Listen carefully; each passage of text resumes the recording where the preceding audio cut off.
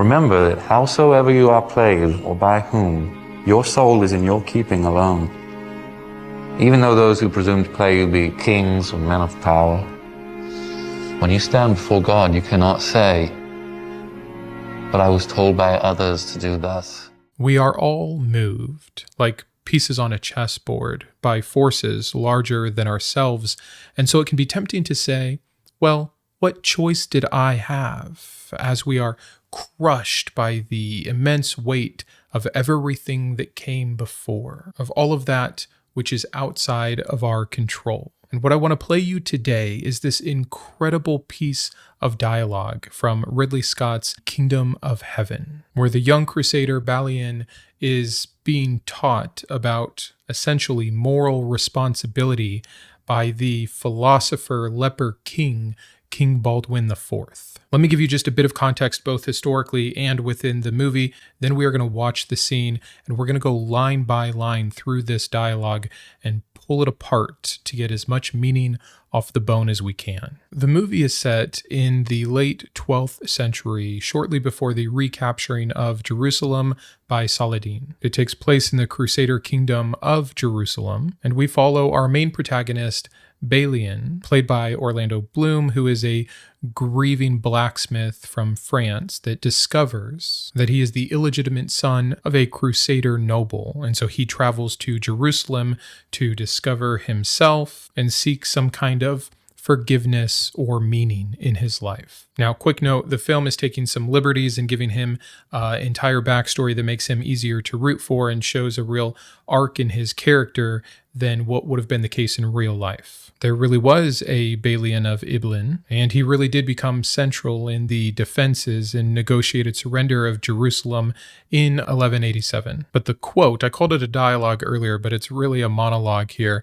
And the quote that we're going to be listening to is when Balian meets King Baldwin IV. That whole scene is excellent. I encourage you to watch the whole movie, but definitely the whole scene, where King Baldwin is starting to set up a metaphor about life via chess. King Baldwin IV is often known as the Leper King, who ruled Jerusalem from 1174 until his death in 1185. King Baldwin really was an interesting character and is having his short life and rule in the middle of a lot that is going on within Jerusalem at the time. And again, the movie presents him as this very wise but young philosopher king, someone that because they have had to face their pending death in the eye because of their disease, has grown wise beyond their years and has considered their place in the world more so than a man in this position might typically get to do. Yes, he's physically dying. Yes, he is politically trapped. The nobles are infighting. You have Saladin from Egypt that is moving against him. But morally, he is clear. He is strong, and he doesn't fit the typical trope that we have of kings. Here, he is always presented as frail and weak, almost ghost-like. His mind and, again, his moral authority are there, but his body is slipping. And so, in the film, King Baldwin has assessed that Balian is not your typical knight. He sees maybe something of himself in him, someone whose circumstances have changed so drastically from how they thought their life was going to go that led to this radical acceptance, at least maybe so far from King Baldwin, but not yet for Balian, who is in the midst of all of this, trying to figure out, again, his meaning and his purpose. And we seem to see King Baldwin trying to teach Balian that his morality, his meaning in the world, cannot be outsourced. It must be innate. Without further ado, I'm going to show you the scene. I couldn't find a clean version, and this one at least has music by Max Richter, whom I love. Normally, I'd like to show you this without the manipulation that music provides, but here I really do think it adds to it. When I was 16, I won a great victory. I felt in that moment I would live to be 100. Now I know I shall not see 30. None of us know our end, really, or what hand will guide us there. A king may move a man. A father may claim a son. That man can also move himself. And only then does that man truly begin his own game. Remember that howsoever you are played, or by whom, your soul is in your keeping alone. Even though those who presume to play you be kings or men of power, when you stand before God, you cannot say, "But I was told by others to do thus," or that virtue was not convenient at the time. This will not suffice. Remember that.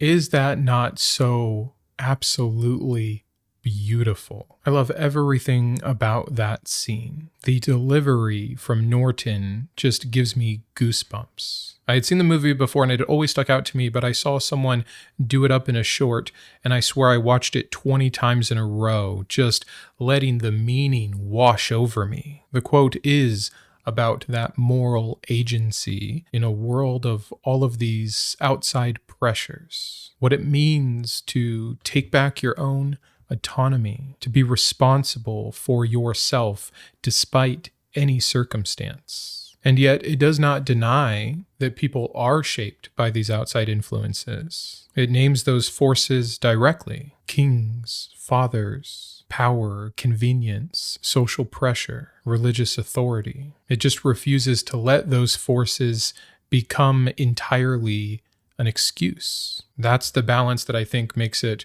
really profound of a quote. Because sometimes you do try to see this naive individualism. No one controls you. You are the captain of your fate. And I like that idea, but there's a reality that's more of a mindset than it is a hard fact of life. But it's also not on the other spectrum of total fatalism. Everything controls you. You're not responsible for anything. This is a beautiful blend, a tragic sort of responsibility that acknowledges I am moved by many things, but I am still responsible for how I move. So let's get into it. Let's do a line-by-line breakdown. When I was 16, I won a great victory. And even though this conversation, this quote is being imagined, it is based off the real Battle of Montagnard in 1177, where King Baldwin's forces defeated Saladin. And so in the movie, it condenses that into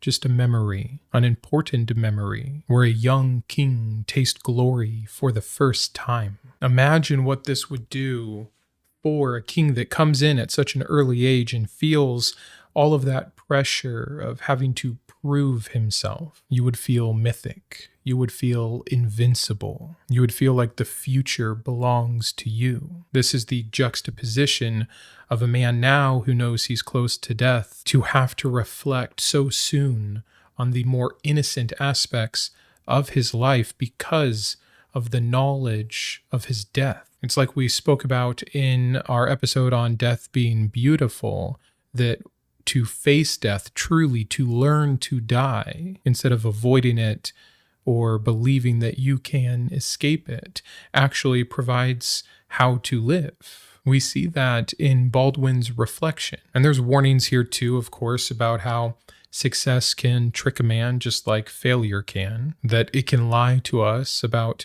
who we are in ways that aren't real, which can cause just as much damage, a damage of ignorance and naivety, just as damning as the lies that we're told from failure that will always be failures, that we can never measure up. Failure tells you you are nothing. Success tells you you are untouchable. Both can be false. Philosophically, and we're going to kind of tie some of this into philosophy, this resonates a lot with Stoicism. Marcus Aurelius, who was also a philosopher king, and a very successful one at that, often had to pull glory down, pin it back to the earth. He warns, reminds himself via his journals, that's what Meditations is derived from, that triumph and applause and recognition and victory are only temporary. The Stoic move, insofar as it relates to victory, is to not let it own you, to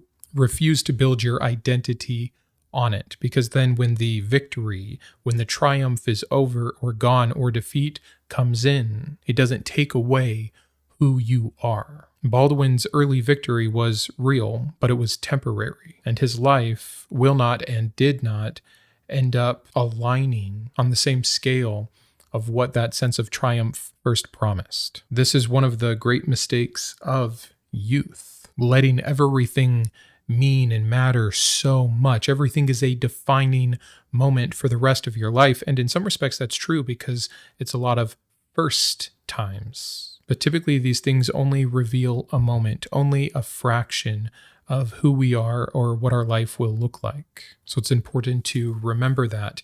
Then the next line goes, I felt in that moment that I would live to be 100. This is the intoxication of invincibility, something that so many of us who remember going through puberty and being young, and not only that, but having any kind of success or victory in your personal desires or talents, you don't know just how good you have it to arrive so early, which is often why people peak and always have to look back, because they didn't map out far enough. They thought that if they were good here, they would be good there, but it doesn't always translate. We all do this. We've all let these little moments act as prophecy for the rest of our lives. And we know better, or at least we should. But as often as we can get the perspective and remember and put ourselves back in those shoes, I think it's a very healthy kind of negative visualization to do. This can go away. This can be lost. This isn't permanent. The philosophical tie-in I would do here is that of Boethius. We covered the consolation of Boethius, the bit of philosophy on facing death that we get from him in his jail cell prior to his execution. He talks about how he is now on the bottom of fortune's wheel. The lesson that he learned the hard way is that fortune is unstable, and if you were on the top of the wheel, it is only a matter of time until you are on the bottom. And it is that acceptance from him that allows him to face his really difficult situations and impending death well. I've also covered on this channel Achilles and Gilgamesh. Achilles knows that glory to be had means not a long life for him. And Gilgamesh learns the hard reality that even kingship cannot save him from death. It's the human pattern we've pointed out in a few episodes, that of mistaking power for permanence. And that's exactly what this line is saying. Then comes the collapse of the illusion. Now I know I shall not see 30. Baldwin has gone from remembering the sweetness of youth and the imagined longevity that would come from such a providential beginning, but now he knows better.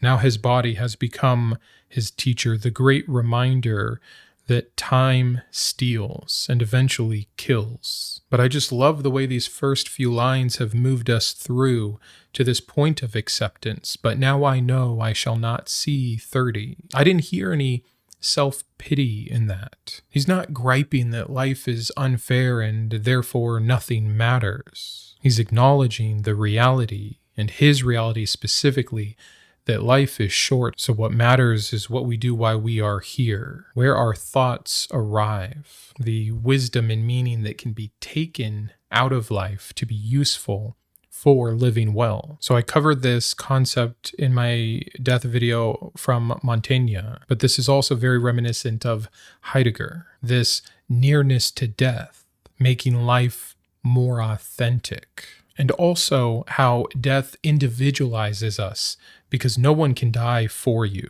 Despite the more metaphorical religious claims, you, as an aware, conscious human being, will have that consciousness end or maybe change in some way that is so final and fatal to who you are now as an individual. And there's nothing you can do about it. There's no escape. There's only denial. There is only hope or fear or choosing not to think about it or acceptance. Montaigne called it a clarifying fact, the fact of death, and how it clarifies so much for us about our time here being the only thing that matters. In a similar fashion, Camus, the myth of Sisyphus, is about the lack of guaranteed cosmic justice. but how that does not erase meaning, and thus our noble revolt to choose for ourselves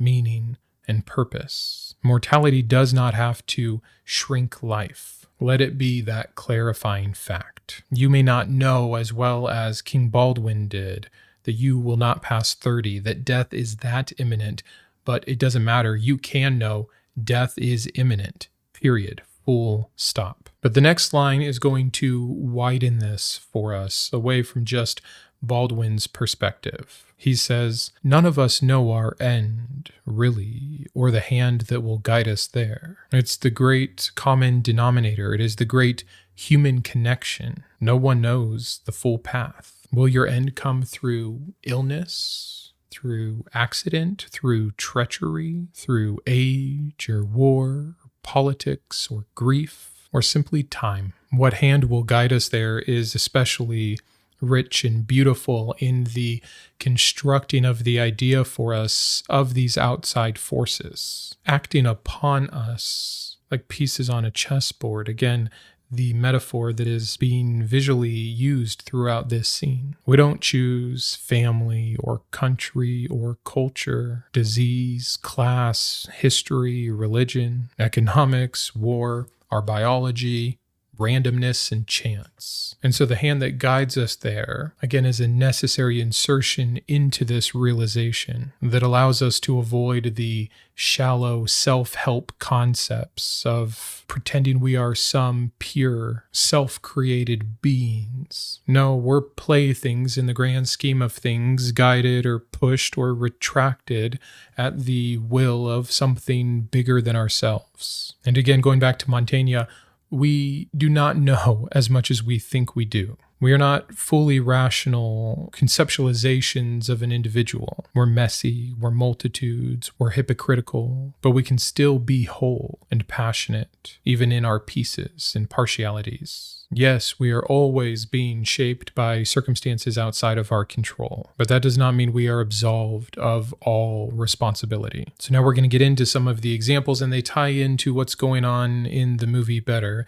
The first one being a king may move a man. It's a little bit of fun double play because you have the individual moving the king in the chess set, but it's a recognition really that we, doesn't matter which, are just pieces. And the real king is the one doing the placing. This is about the outside force of political power. Kings move men through the law, through war, through command, punishment, reward, propaganda, loyalty, and fear. In the literal world of the film and historically, kings moved men to die. They turned these individual private lives into public moves. A map here, a new border here, all on the bodies of broken men being acted upon outside of their control. The philosophical comparison here is an episode that I haven't made yet that I want to,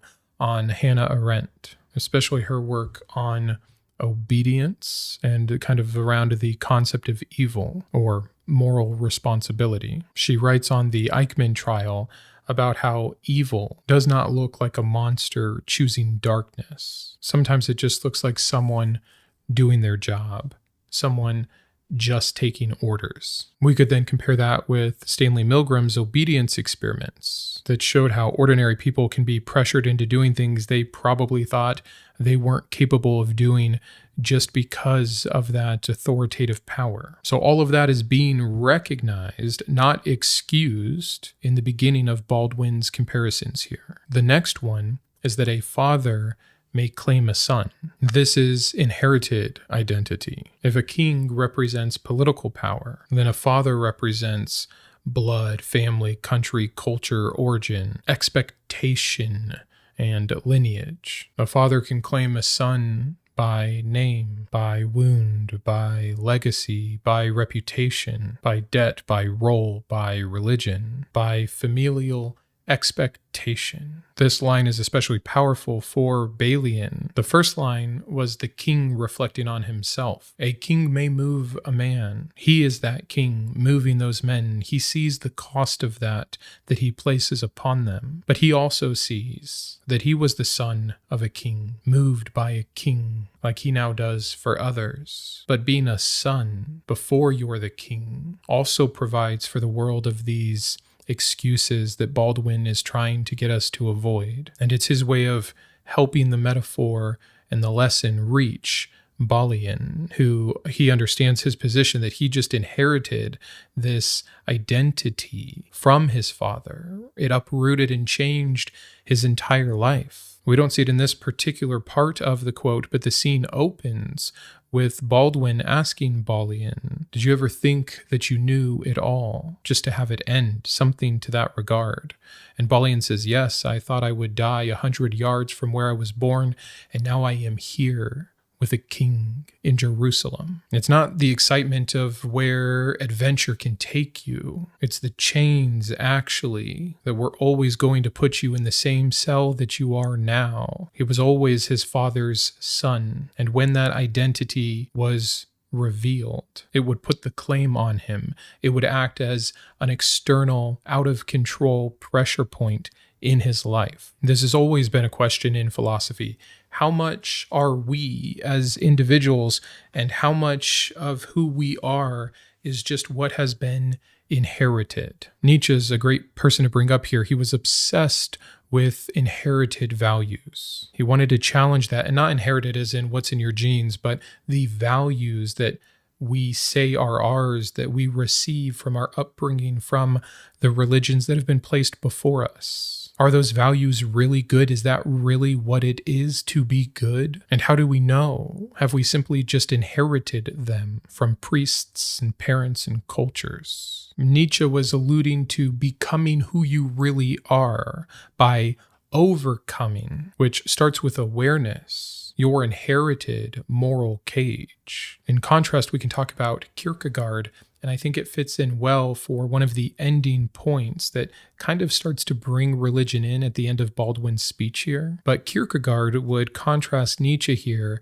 by saying, become who you are by standing alone before God. And it's actually a wonderful kind of thought experiment to discover exactly who you are, but only because of the preconceived notions about what this kind of concept about God says and who we are before him. But I'll get to that more in just a second when we get to that part of the quote. The next line is, that man can also move himself. This is the hinge of the whole quote. After first naming power and then inheritance, Baldwin introduces agency. Yes, we have these other factors and forces moving on us, but they are not the only things we have. We have ourselves. And no, that's not total agency, and it's not some magical agency, some believe it and create it kind of deal. It's not a lie that you can become anything or that everything you've been through is leading you to this moment or the next. It's a clinging back, a scraping back of the little bits of life that get to be our own. This is where I get to bring in Epictetus, one of my all-time favorites. That's him in the corner,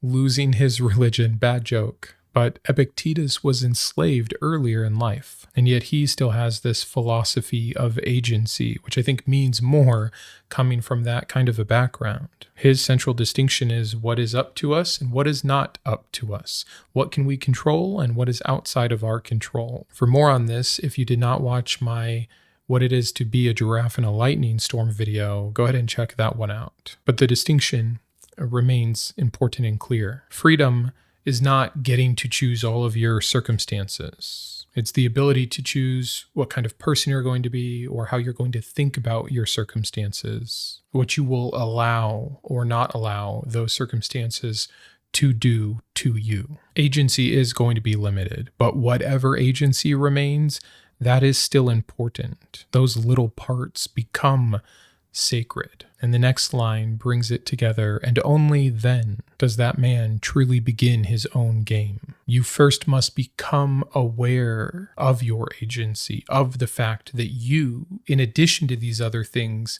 can be the one who moves yourself. Until you move yourself, you are indeed only a piece on someone else's board. But when you move yourself, you begin your own game. Again, the chess metaphor underlying all of this is so perfect. It makes me think of Sartre, who we've talked about this notion before, the idea that we are condemned to be free. It's this radical idea as opposed to most kind of nihilistic thinking when things are so out of your control that nothing matters. It says, no, everything matters. You don't get to opt out of choice. Even choosing not to choose is a choice. You're burdened with it. Thus the oxymoronic condemned to be free. So Sartre would likely agree with Baldwin's refusal to use excuses, though he would ground it in existential freedom and not divine command, but we're getting to that. I'm going to combine the next two lines so we can move more efficiently through this. He says, remember that, howsoever you are played, or by whom, your soul is in your keeping alone.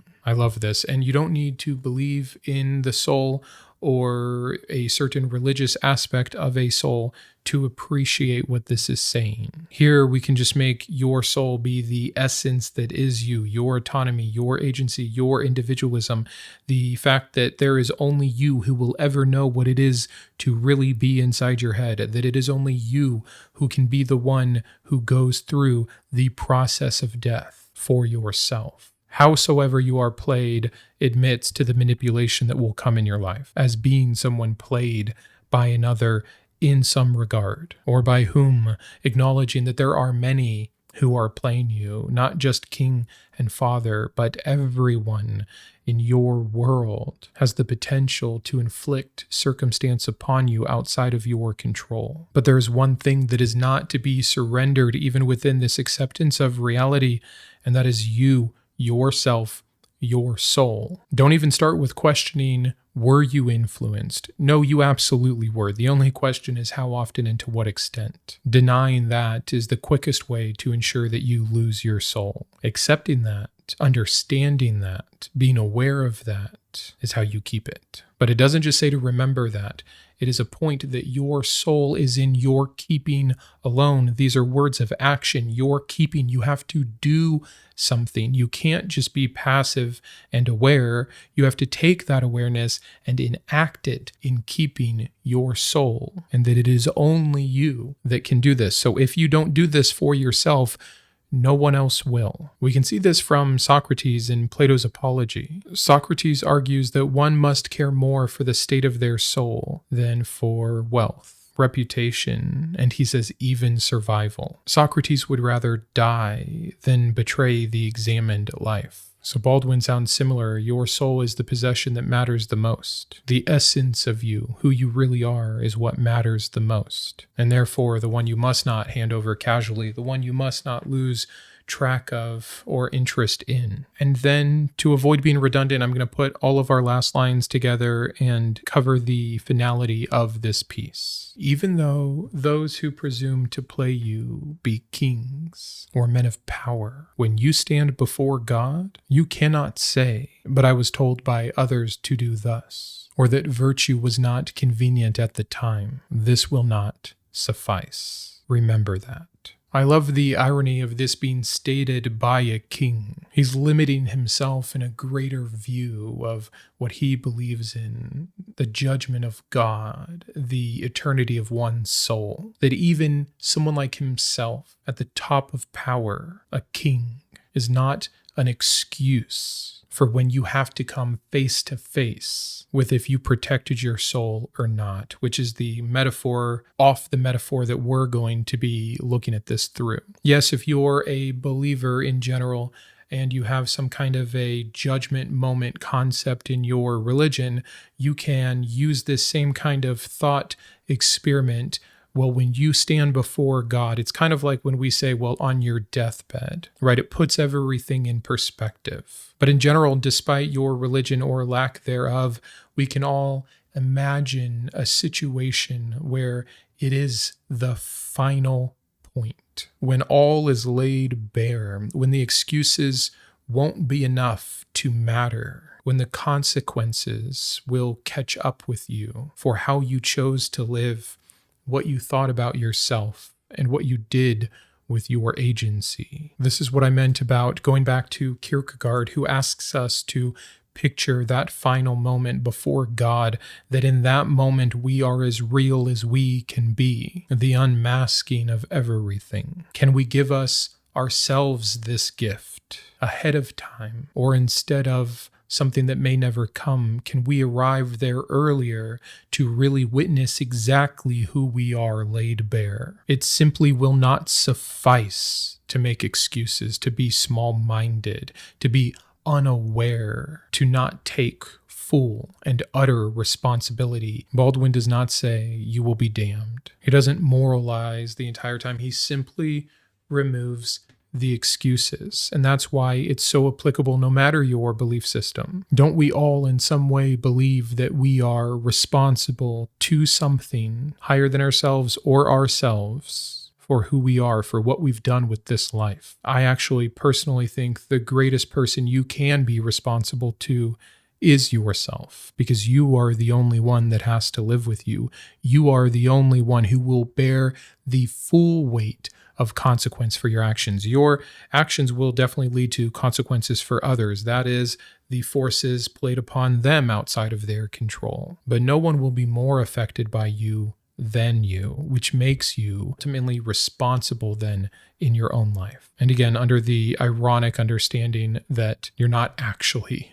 responsible for your entire life. You just have to act as if. You have to go past what was taken from you, where you were stopped, to overcompensate for the randomness and unfairness of what it is to be human. Your soul is in your keeping. All that really means is somewhere inside all of the chaos of everything that affects us, there remains a space where you must decide what kind of person you are willing to become. I wanted to personally thank our top tiers of support. Alone in the Inferno tier is Lori. Thank you so much for your incredibly generous giving. Then really keeping the channel going in the Blaze tier is Decox, Dark Side of Delight Productions, James Geider, Lyn W-D, and Noëldivergent. Our Flame tier is now up to 10 very kind supporters, and we have even more in our Ember tier listed in the description of each video.